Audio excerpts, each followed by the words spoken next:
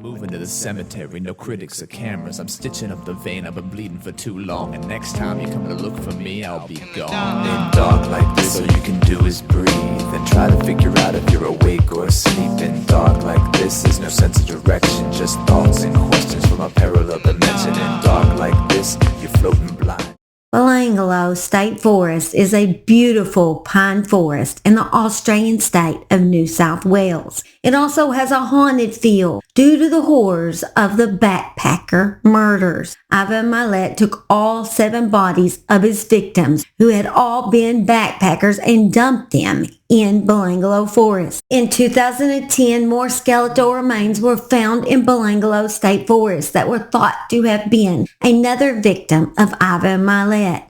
But due to the more recent age of the skeleton, it was quickly decided that this victim died at the hands of another killer. On August 29, 2010, 2 brothers, along with their friends, were trail bike riding when they discovered skeletal remains. One of those bikers happened to be a chiropractor and recognized that the bones were human. The boys quickly got on their cell phone and called authorities. The medical examiner's report stated her cause of death was classified as a homicide due to a broken neck. Investigators could not identify the remains, so she became known as the Angel of Belanglo due to the angel graphics that were printed on her t-shirt. A sketch was drawn up of what she might have looked like, but it received no new leads. For 5 years, her body would go unidentified until more skeletal remains were found in 2015, and a handmade patch quilt would tie the 2 victims together, and their identities would finally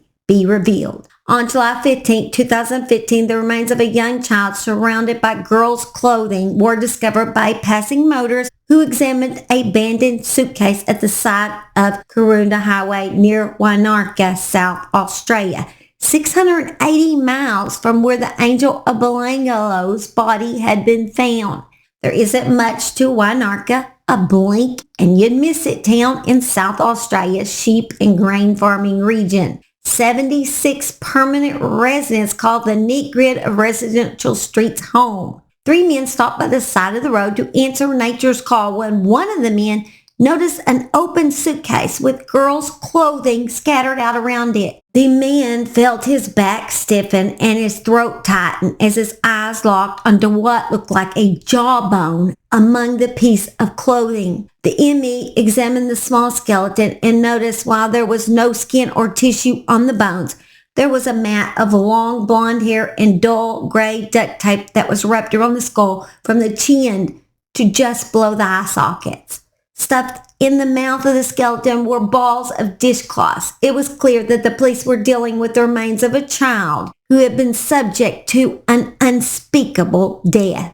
Given the duct tape strangling the skull and the dishcloth lodged in between the teeth, the pathologist reasoned the cause of death could have been by asphyxiation. After the quilt and the article of clothing was shown on the news, a woman called Crime Stoppers and said that she actually recognized the quilt that had been found in the suitcase. Her best friend's mom had sewn it for her granddaughter. The caller said the family lived in Alice Springs, which was a 17-hour drive from where the suitcase had been found. DNA was ran, and it was a perfect match. Finally, the girl in the suitcase had a name, Khandalyce Pearce. The grandfather, Scott, was called and notified that it was their granddaughter. Unfortunately, his mom, the woman who had made the quilt from love one stitch at a time, had already passed away. Scott's wife had also passed away from breast cancer. Scott had a question. Since this was his granddaughter, where was his stepdaughter? South Australian detectives had pored over missing persons and unidentified remains records, looking for cases of young women who would fit the profile. Even before Khandalyce was identified, they had noted the case of the angel and the time frame and age bracket fit. They compared Khandalyce's DNA profile against the bones found in Belanglo State Forest in 2010. The next day, they found out the angel was the mother of Khandalyce, and her name was Karlie Pearce-Stevenson. Born on August 7, 1988 in Alice Springs Hospital, Karlie Jade Pearce-Stevenson was her mom Colleen's first child. In 1995, Colleen married Scott and he took Karlie in as one of his own. But as Karlie entered her teenage years, she began to push against her stepfather Scott's rules, as all teenagers do. So in the 10th grade, Karlie decided to move in with her grandmother Connie. Then at age 17, while she was still living at Connie's, Karlie found out she was pregnant. The pregnancy was a result of a casual hookup with a friend who wasn't up for playing the role of a father. In June 2006, Khandalyce Pearce was born. In late 2006, Karlie met a boy named Robbie and they fell in love and moved in together. While living with Robbie, he introduced Karlie to another couple named Daniel and Hazel Marshall that sold drugs for a living. Karlie got introduced to some pretty heavy drugs at this time and eventually began selling them herself. She also dumped Robbie for Daniel and told her family she would be leaving with Daniel. Daniel had left Hazel after he used drugs and then got behind the wheel of his car with Hazel and her children. 2 of her children were killed and Hazel was seriously injured, ending up in a wheelchair after losing one of her legs. Karlie's family did not approve of the new relationship with Daniel, and they asked if they could actually keep Khandalyce with them. But Karlie was very insistent about taking her with them when they left. It was the last time Karlie's family would see her or their granddaughter. The family had no idea that Karlie was even missing. Often they received texts from Karlie saying she wanted to come home and needed money for a plane ticket or just to fix her car. On other occasions, the text would say that she was happily living in Queensland. Of course, Karlie's family missed her dearly, but figured she was deliberately keeping them at arm's length. Money was being withdrawn from her bank account. On September 4, 2009, Karlie's mother got worried that the text might not have been Karlie. So she did file a missing persons report. But after Karlie called them a month later to ask for money, the report was closed. Her mom did deposit some money into her bank account. What Karlie's family didn't know was that Daniel Marshall was hiding his true identity. His real name was Daniel Holdom. Not even Karlie had known his true identity. Daniel had been the one with Karlie's phone, making all the texts, and had stolen over $70,000 out of her bank account. The woman that had called pretending to be Karlie had been Hazel, who he had gotten back with. Daniel Holdom had been abused from a very young age and bounced around foster homes before eventually turning to drugs and alcohol. No one in his family wanted him, and even his mother said on the day that she gave birth to him, something dark was born. He had a string of failed relationships, would often pick up and leave when things got tough, and became a master of deceit, committing petty frauds and ripping off the tax department and welfare agencies.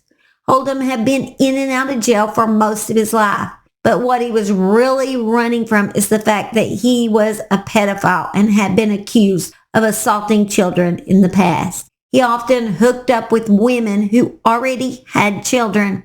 Hazel would later admit that she went along with his sick fantasies, and even she got in trouble for the possession of child exploitation material at one point. Holdom kept a notebook with a list of children's names, and the words consent and forced were wrote next to each child's name. Holdom often pressed Hazel to share details of her own experience of SA as a child. I guess he got off on that. Just sickening and disturbing. In 2010, Hazel came across an SD card containing horrific images of Karlie and Khandalyce's murders, but never told anyone. The pictures he had kept as a trophy, a reminder in order to relive the crimes. Holdom admitted he had stomped on Karlie's throat, crushed her windpipe, S.A.'d her, including with an alcohol bottle, which is what he had taken pictures of, and then buried her body in the Belanglo forest. It is alleged that he had possibly killed Karlie in order to SA 2-year-old Khandalyce. Then he kept and tortured that little girl for 5 days after he killed her mother. Then on December 19, 2008, Daniel with Khandalyce in his car checked into a motel. Beforehand, he allegedly stopped at Woolworths and bought duct tape, dishcloths, soap, and garbage bags. At the motel, he signed a registration form indicating he was checking in with one child and one adult. That appears to be the last record of any kind of Khandalyce being alive. So sad. And then he took a picture of her, what looks like that she's dead, in her car seat. That was the other picture that he kept as a trophy. No telling what occurred inside the hotel, but he did suffocate her to death and then stuffed her body into the suitcase. The prosecutor described the murders as a thrill killing and said both murders fall within the worst case and can aptly be described as atrocious, detestable, hateful, gravely reprehensible, and extremely wicked. I believe Hazel took a plea deal because as far as I could find, there were no charges against her. Holdom was not hard to track down because he was already in prison for an assault of an 8-year-old little girl. Holdom was given 2 life sentences for murder. After his trial, he penned a letter from prison blaming his crimes on an abusive childhood and later to his drug and alcohol addictions. That is no excuse. There are tons of people who had the same struggles and didn't go out and essay a 2-year-old and her mom and then murder them. Just ridiculous. And I am one that was addicted to drugs, cleaned myself up, and I know it's possible. You cannot blame that horrible, horrific crimes on a life of drugs.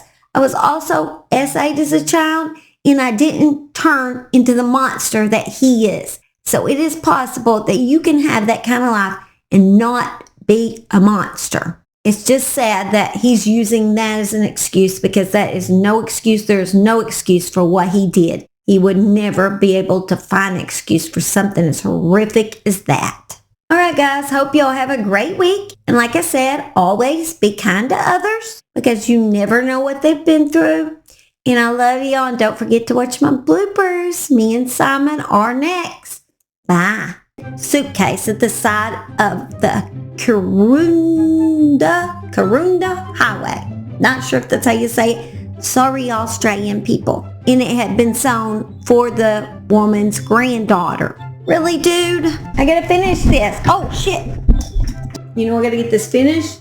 And you're messing me up here, poodles. Poodles? You don't like being called poodles, do you? Because that's not your breed. You're not a poodle.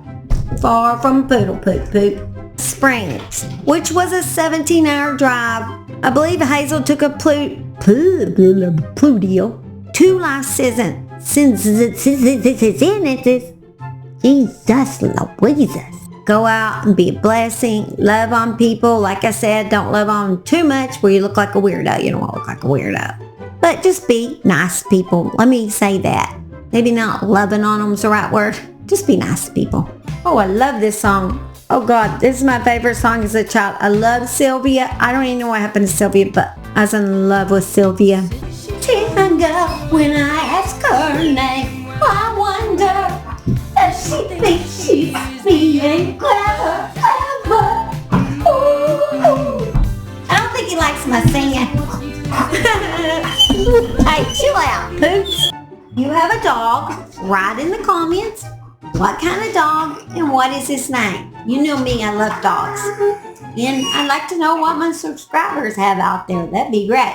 Does anybody have a German Shepherd like Simon? And are they as much of a pain in the butt as Simon? But so loving and so loyal. He's a good boy though. I do love him. What can I say? Always a bugger, aren't you? This creation weighs heavy, birthing untouchable things. So many unsteady angels working troubled wings, muffled mantras. I'm lost in a haze and nog jumper, but I'm stronger than I let myself be. I'm stronger, I conjure these feeble beasts to charge you in fleets. It's a card on my sleeve, not so hard to believe.